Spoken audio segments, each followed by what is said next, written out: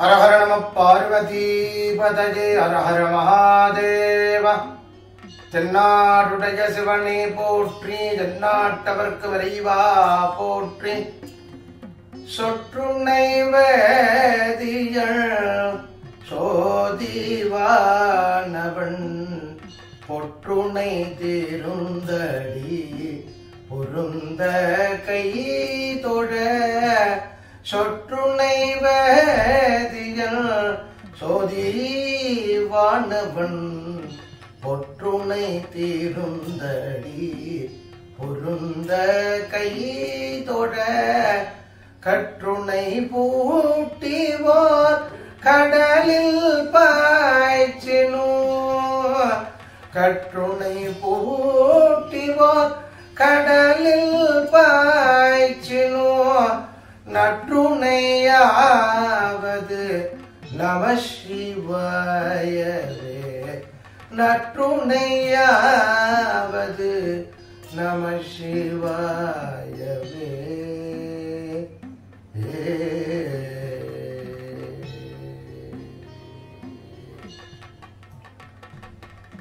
அற்புதமான ஒரு சிவாலய தரிசனம். திருப்பாதிரிப்புலியூர் எனும்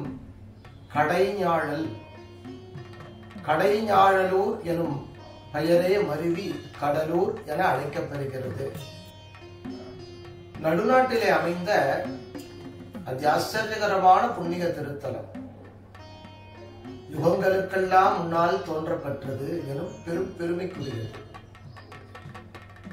அழகான ராஜகோபுரம், அருகாமையிலேயே புண்ணிய தீர்த்தம் சிவகரை தீர்த்தம். ராஜகோபுரத்தை கடந்து உள்ளே சென்றவுடனே துவஜஸ்தம்பம் கொடிமரம், நந்தியம் பெருமான்.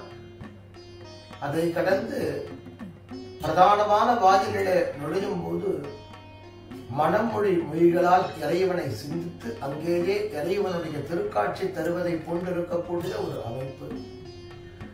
உள்பிரகாரத்திலே கவனித்து பார்த்தால் தெரியும் பற்பல புராதனமான சன்னதிகள், எல்லாவற்றிற்கும் தனிச்சிறப்பு. மூலமூர்த்தி சுஜம்பு மூர்த்தியாக கடைஞாழ பெருமானாக எழுந்தருளி அருள்பாலிக்கிறார். பாதிரி பெருமான் தோன்றா துணைநாதர், பாதிரியூரான் என்றெல்லாம் அழைக்கக்கூடிய பெருமான் கர்ப்பகிரகத்திலே சுஜம்பு மூர்த்தியாக நமக்கு அருள் புரியும் வண்ணத்திலே கிழக்கு நோக்கிய ஒரு சன்னதி அமைந்து அருள்பாலிக்கிறது. தனிச்சிறப்பு.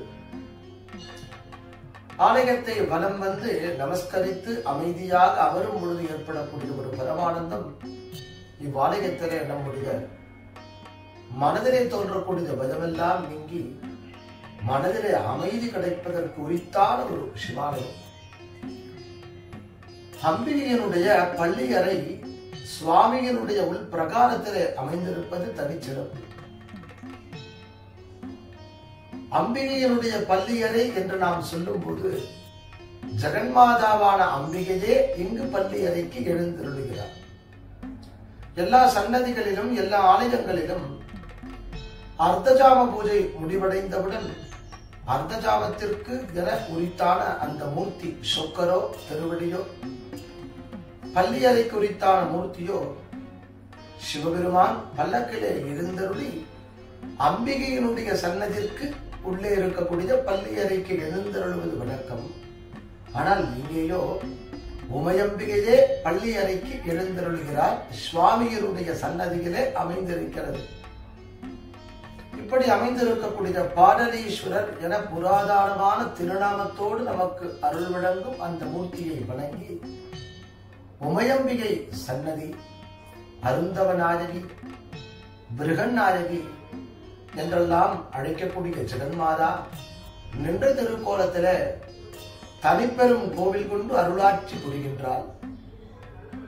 நம் எல்லோரையும் தன்னுடைய கடைக்கண்களாலே பார்த்து அருள் செய்யக்கூடிய திவ்யமான ஒரு திருமேனி, பார்த்து கொண்டே இருக்கக்கூடிய ஒரு ஆலயம். பிரகாரத்தை வலம் வந்து அம்பிகையை அடைந்து அம்பிகை சன்னதிற்கு எதிர்ப்புறத்தில் இருக்கக்கூடிய பிடாரியம்மன் எழுந்தருளி அருள் பாலிக்கின்றார். இப்படி அமைந்திருக்கக்கூடிய மிக பழமையான ஒரு சிவாலயத்தினுடைய திருவருள் அகஸ்தியர், உபமன்யு முனிவர், புலிக்கால் முனிவர், பதஞ்சலி ஆகியோர் தவம் இருந்த புண்ணிய பூமி. இந்த திருத்தலத்தில கிருதயுகத்தில ஜெகன்மாதாவும் பரமேஸ்வரனும் கைலாயத்தில யதேஷ்டியாக சொப்பட்டானை விரித்துக் கொண்டு ஆடிக்கொண்டிருக்கிறார்கள். சற்று நேரத்திற்கெல்லாம் வெற்றியானது உமையம்பிகையினுடைய பக்கத்திலே வருகிறது. சிவபெருமான் லீலார்த்தமாக அந்த விரிக்கப்பட்டிருக்கக்கூடிய திரைச்சீலையை இழுத்தார். உமையம்பிகையோ விளையாட்டாக ஈசனுடைய இரு கண்களை மூடினார். ஒரு க்ஷண காலம்தான் செய்தால், ஆனால் இந்த உலகமே இருண்டு விட்டது. உலகம் என்றால் பேர் அண்டமே ஒரு எத்தனையோ காலங்கள் இருளிலே கிடந்தன. ஒரு க்ஷண காலம்தான். ஆனால் பாருங்கள், சிவபெருமான் உமையம்பிகைக்கு பூமியிலே பிறந்து என்னை பூஜித்து வந்து அடைவாயாக என்று கூறினாராம்.